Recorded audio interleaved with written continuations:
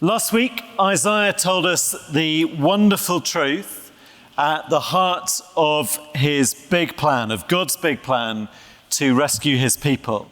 The heart of it is that we are guilty, but that God has laid the punishment for our sin on Jesus. And we finished last week with just the sheer scale of Jesus' success. God's servant has taken away sin and guilt and death, and he has found a way to make many righteous. Look back at 53 verse 11. 53 verse 11, out of the anguish of his soul, so despite what it cost Jesus, he shall see and be satisfied at what he's done. By his knowledge shall the righteous one, my servant, make many to be accounted righteous, and he shall bear their iniquities. We said his death is a swap. Jesus carries our guilt and gives us his righteousness. That's Isaiah's understanding. That is God's understanding of the event at the heart of God's plan. And we recommended this book last week. I'm really grateful that Phil's got more of them to work out thoroughly all of the consequences of that, to work it right through into your head. The books of theology like this one call this understanding penal substitution. So penal meaning punishment, and substitution meaning Jesus substituted himself. It was Jesus who died instead of us. God's punishment fell on him. And that theology, that understanding, it has been attacked and criticized, particularly in the last 150 years. And one accusation of it goes like this, is that it is too cold. That penal substitution, it is mechanistic, legalistic and formulaic. It's a cold transaction about sin. And Isaiah got in 2,700 years ago with the answer to that accusation. See, chapter 53 is a mechanism. It's not mechanistic, but it is the how of God's rescue. And then chapter 54 today is the result. If penal substitution is true, then here is what you get. Here is what Jesus went through the pain for. So look down at 54 from verse 4. And Isaiah is speaking to Jerusalem, imagined as an individual woman. Fear not, for you will not be ashamed.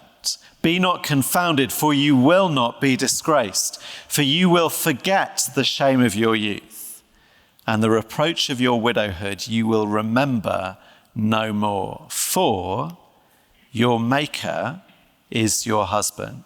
The Lord of hosts is his name, and the Holy One of Israel is your Redeemer. The God of the whole earth, he is called. So this is about a girl who is fearful and ashamed. She was married. It was a real love story. It was a great marriage. She was treated well with respect and honor and kindness and understanding. But as she remembers now, she has shame in her youth and reproach in her 20s and 30s. In any normal human story, if this was a normal human story, we'd expect the husband figure to share the blame. But here, this woman is Israel, is Jerusalem. And Isaiah has spent 50 chapters to make sure we understand. God the husband, he was patient and forgiving and long-suffering. But he was cheated on and stolen from and abandoned and lied about and disregarded and mocked and bitterly, bitterly hurt. Isaiah the author, he is part of this woman.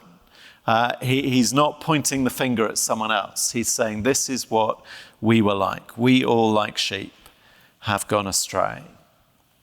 So that's her. She was fearful. She was ashamed. And then the servant of God does Isaiah chapter 53, makes many righteous and bears their iniquities. which means that by 54 verse 5, we are holding a wedding. And the only thing better than a wedding is a re-wedding. Have you ever been to a re-wedding? I've known people whose parents did this. So parents sadly split up, broken relationship, divorced even, all the hurt and the pain. And then time passes and the friend comes and says, my mum and dad are getting married. And it can cause some confusion, a statement like that. My mum and dad are getting married. You mean they're getting married again? Yes. Isn't it great? Well, okay, I don't know why you're so pleased about that, having a stepmum and a stepdad in the same year. No. My mum and dad are getting married to each other again. Isaiah 54 verse 5, this woman, Jerusalem, she's not ever going to remember her shame again. Why? For your Maker is your husband, and the Holy One of Israel is your Redeemer. See, God and Israel, they are getting married again. Because of what the servant did, because God's servant has dealt with sin and made her righteous, then they can get married again. And anybody who says that penal substitution sounds like a cold transaction about sin, I think they have two problems. They don't understand what guilt does to a relationship. They can't see why dealing with guilt might help. But also they have not got the first idea how wonderful God's big plan is. Who it is that wants to marry the people. What kind of relationship he has in mind for sinners after they have turned back to Jesus. And I've put on the sheet some verses from chapter 49, because back in chapter 49, maybe for the first time, we got a clear sense of what the servant was supposed to achieve. He's supposed to be God's servant to bring Israel back to me. And actually, some of the language in 49 is the same as the language here. It's the same work. But in 49, the bride gives her opinion. And the bride says, nice idea, but that is never going to work. Verse 14 there on the sheet, where Zion is just another word for Jerusalem. It's the same girl, the same past history, the same shame. The servant's going to put the family back together, says Isaiah. No, Isaiah, that is never going to work. The Lord has forsaken me. And that she's not blaming the Lord, she's just terribly sad. The verse goes on, the Lord has forsaken me, my Lord has forgotten me. It's one thing trying to put a human mum and dad back together again. And you can see, and if you were going to try and do that, then dealing with past guilt and forgiveness and shame, that's going to be very important. But this woman, she was married to God. She was married to her creator, to her maker, the Lord of hosts, the God of all the earth, who is also the Holy One, it says in verse 5. So she has very good reasons for thinking this is not going to work. Isaiah, I have my sin and my shame, and he cannot overlook that. It's not like I'm some equal of his who let him down. I'm a created being who rebelled against my creator. I made the Holy One angry, rightly angry. And the stability of the universe, really, if you think about it, depends on God being right, fair, and holy. He has to punish sin, otherwise he becomes evil with it. So she has excellent reasons for thinking there is no way back for her. And can you imagine being Isaiah? So I think the way Isaiah puts the book together, it's as if he gets these messages one by one and he's learning as he goes. So chapter 49, God's putting the family back together. No, he isn't, Isaiah. Verse 14, don't joke about what I want more than anything. It can't be done. And then he gets chapter 53. Gruesome and horrible and shocking. The servant destroyed in our place, carrying all of our guilt, punished thoroughly for everything that God's people deserved. Can you imagine being Isaiah? Do you think he enjoyed writing chapter 54? Just maybe a tap on the shoulder. Jerusalem, I have some news for you, because he has found a way. You can get married, and not just married into some sort of nervous probation, some kind of guilt-ridden last chance, don't you put a foot wrong again kind of marriage. An open, close, trusting love is so wonderful and so fragile, isn't it? But here in chapter 54, the Lord is like a giddy young lover. In places, this chapter for an English person is embarrassing, I think. Why, God? Why are you so excited? Well, because he has found a way to make it all okay. And the reason that many people hate penal substitution is because it changes God more than it changes us. Changes God more than it changes us. It's not about cleaning us up and chiseling off the bad bits until we are good enough for God.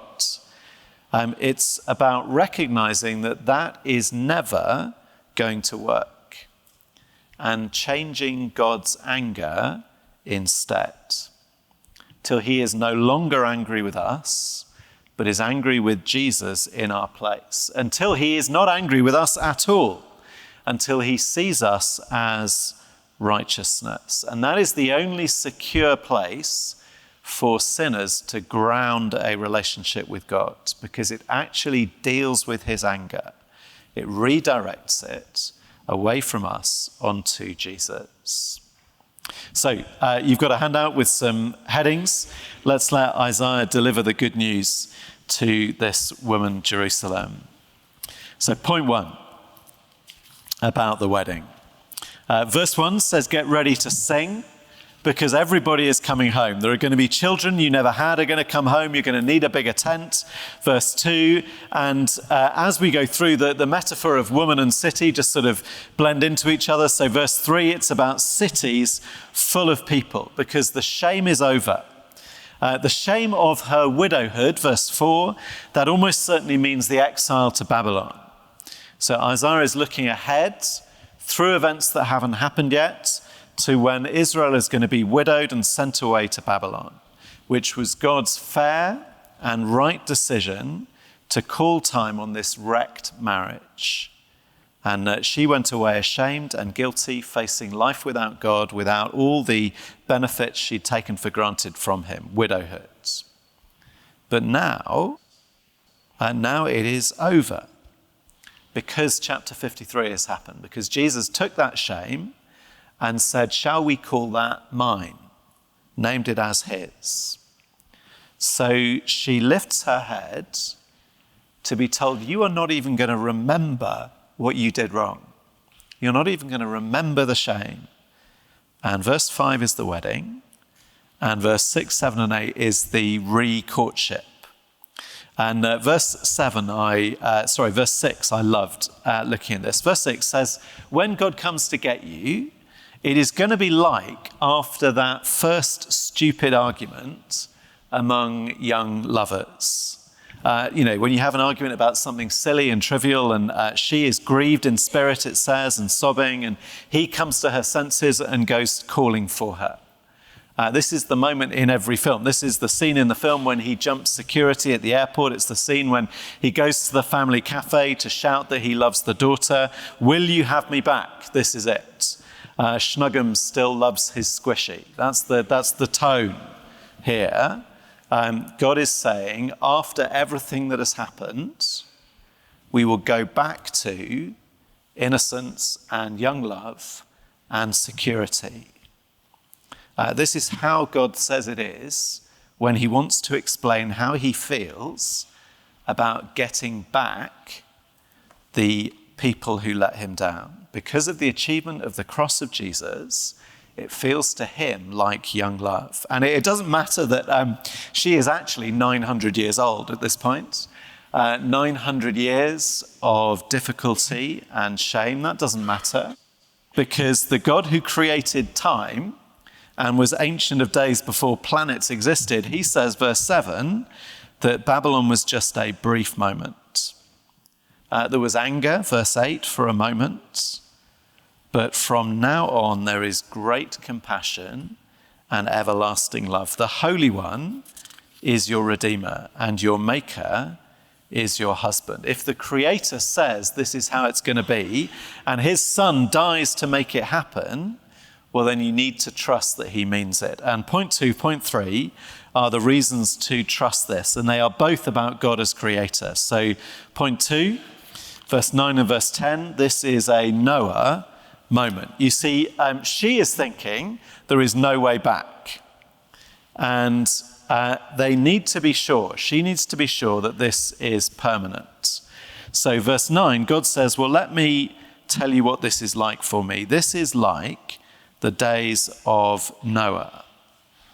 So back then, after the flood, God made a promise. He swore an oath that the waters should no more go over the earth. And that is a promise that God has kept for thousands and thousands of years by the time he's talking to her here. God, he created the world, and then he was angry with what he has made because of sin, and he judged it with the flood. And then after the judgment had passed, he made a promise that he would not do that again, a promise that they know he has kept. And you see verse 9, as I swore that the waters of Noah would no more go over the earth, so I have sworn that I will not be angry with you and will not rebuke you. If you are a Christian here tonight, if you believe in Jesus, you've turned to him, you're trusting him, did you know that God has made a solemn oath not to be angry with you ever? And that he has actually pinned his reputation as creator to that promise. It's like in his head, he made 2 really big promises ever in his life. One to Noah, one to you. Never to be angry with you. And verse 10, here's the reputation of the Creator. Even if his mountains come unraveled, okay, even if something goes wrong with Mount Everest and it all falls apart, still his promise won't. The mountains may depart, but my steadfast love shall not depart from you, and my covenant of peace shall not be removed. And I think what we've got here is a sense of how the Holy One and sinful humanity can walk up the aisle and be at the altar together. It's because actually the equivalent of the flood has happened. In Jesus, global judgment has fallen. The cross is an event as significant, more significant than the flood. Jesus carried our iniquities. God was angry with him, not with us. And so now, after the flood, God is in a position to make an oath, to swear that he will never be angry. I wonder, did you realize that boring, old, cold, emotionless, transactional penal substitution was so emotionally wonderful? Every sin that I ever did, every sin I did today, every sin I will ever do between now and my death and when I see Jesus for this wedding, it is all permanently transferred to Jesus' account, and he has already paid the price for it. It's like sunshine after the flood and a creator's promise. I will never be angry with you. Then point 3, verses 11 to 17, and your future is therefore guaranteed.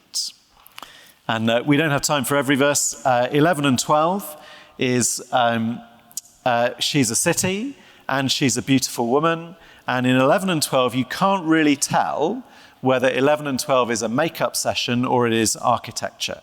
Okay, it's the same vocabulary for both, being used both ways. But either way, she is glorious and she is secure.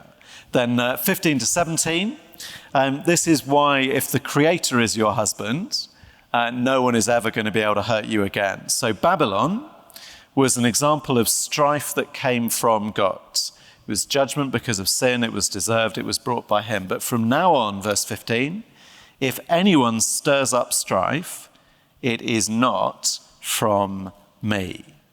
Which means that it has no chance of succeeding. Your maker is your husband, and he is everybody else's maker too. So verse 16, he created the smith, the coals, and the weapon. So there is no chance that any piece of human technology could succeed. Verse 17, no weapon that is fashioned against you shall succeed. Safe now. Death itself cannot break up the marriage that you have with your maker. There is nothing that can be made, invented, put together, used that would smash up that relationship that you have. And the metaphor then more or less breaks down as Isaiah focuses on righteousness, the reality of what the servant won. See, sin was the problem, fatal in a relationship with the Creator, but Jesus has now made us righteousness, and she, in these verses, is the righteous one now. It was just Jesus in chapter 53, and now it is her as well. So verse 13, all of her children are going to be taught by the Lord. That was true of the servant, now it's true of all of her children. There'll be a future without sin. So verse 14, in righteousness you shall be established. The Creator says you are right with God. You are perfect in his eyes, which means you are secure. And then verse 17 is perhaps the most wonderful of all. No weapon can touch you. But what about an accusation? What if somebody tries to accuse you? If a tongue rises against you in judgment? Because remember, she has so much to feel shame about. There is so much in our past to feel shame about. It's why the Bible uses the word Satan for the great opponent of God's rescue of his people, because Satan means accuser. What can she say when Satan comes to tell the truth about us? Tell us what we've been like, what we've done. Well, you shall confute every tongue that rises against you in judgment. How? This is the heritage of the servants of the Lord and their vindication. And actually, look at the footnotes. Their righteousness from me. That's the key word in these 3 chapters, 52, 53, 54. She is righteous now. And if you have righteousness from Jesus, then you're secure. And there's a word in verse 17 that has been part of her shame. If you've been following the whole series, God was looking for a servant, and Israel thought that it might be her. She was God's servant. And then as we've been through the series, we've learned that Israel can't do it. Israel is no good as a servant. Israel lets God down. We're going to need Jesus to be the servant. And servant has been a word in the singular every time through this unit. Again and again and again. Servant, servant, servant, servant.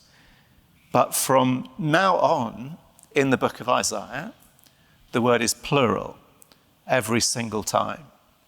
Because once Jesus has done Isaiah 53 and his people are righteous, then they are married, accepted, and they are servants. This is the heritage, the inheritance of the servants of the Lord. So last week I encouraged you to make this understanding of Jesus' death your understanding. If you are not sure about that, buy the book, talk to people, read it through. Isaiah thinks this is the central event in world history, and this is the central explanation of it.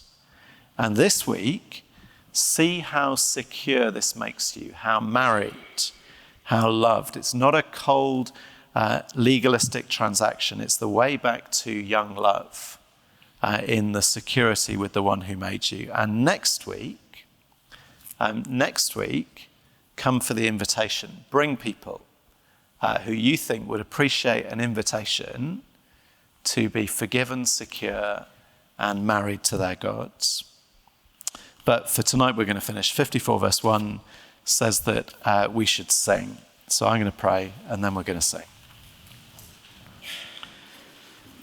Our Father, thank you for what you have planned and purposed from before the creation of the world, that with your Son, the Lord Jesus Christ, you planned and intended that on the cross he would bear the punishment for our sin, And Father, thank you that from that horrible death comes the wonder of righteousness for those who will turn to you, and of a perfect, eternal, secure relationship with you. And we ask our Father, you would lift our hearts to sing and praise you for what you have done in the Lord Jesus Christ. Amen.